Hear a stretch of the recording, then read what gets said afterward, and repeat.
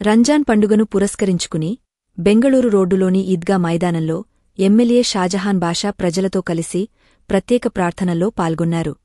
నమాజు అనంతరం గురువులు పవిత్ర ఉపదేశం అందించారు. రంజాన్ మాసం ముగిసిన నేపథ్యంలో ముస్లిం సోదరులు ఉపవాస దీక్షలు విరమించి పండుగను ఆనందంగా జరుపుకుంటున్నారు.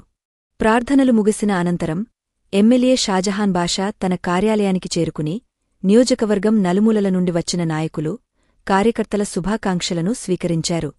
ఈ సందర్భంగా town bank chairman Nadella Vidyasagar, అధికారి ప్రసాద్, డైరెక్టర్ శివన్న, జోలె పాలెం చిన్ని, సోము, జిల్లా తెలుగు యువత మాజీ కార్యదర్శి ఎల్లంకి అశోక్ నాయుడు, అడ్వకేట్ గణేష్, కోటారపల్లి వేణు తదితరులు ఎమ్మెల్యేను అభినందించారు.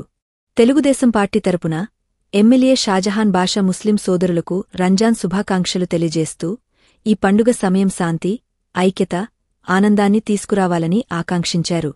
సమాజంలోని అన్ని మతాల ప్రజలు సోదరభావంతో కలిసిమెలిసి ఉండాలనే సందేశాన్ని ఈ సందర్భంగా తెలియజేశారు. ఇలాంటి మరిన్ని అప్డేట్స్ కోసం న్యూస్ నో ఛానల్ని సబ్స్క్రైబ్ చేయండి. లైక్, షేర్ అండ్ కామెంట్ చేయడం మర్చిపోవద్దు. జై హింద్.